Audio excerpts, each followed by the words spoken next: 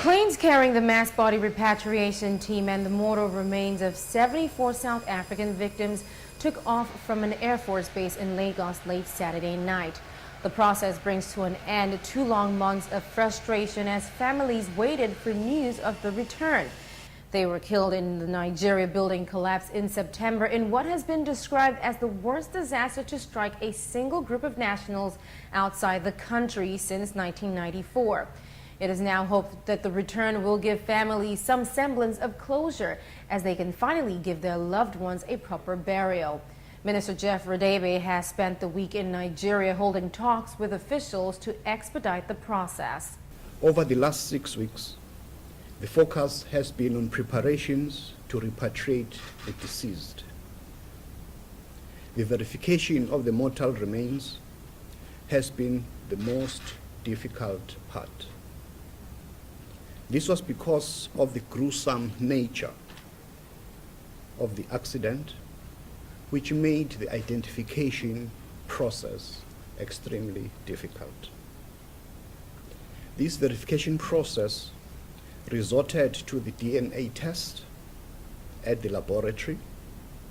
Our medical teams have been working very closely with the Nigerian medical team in charge of this process, and they've done a sterling job. The team of specialists arrived Lagos late Friday night with that single aim of bringing their fallen compatriots home. The team was deployed at 3 mortuaries where the bodies had been kept.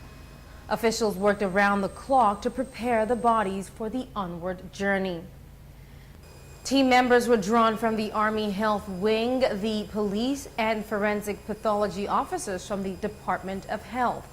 Inflatable air-conditioned tents were shipped in to provide additional workspace.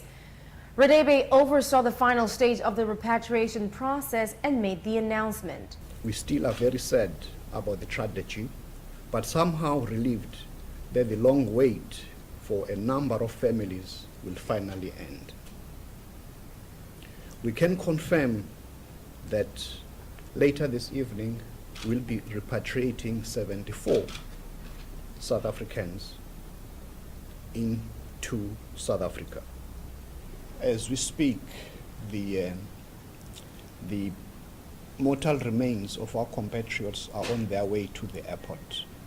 The remains were transported in 4 forensic pathology trucks escorted by the Army.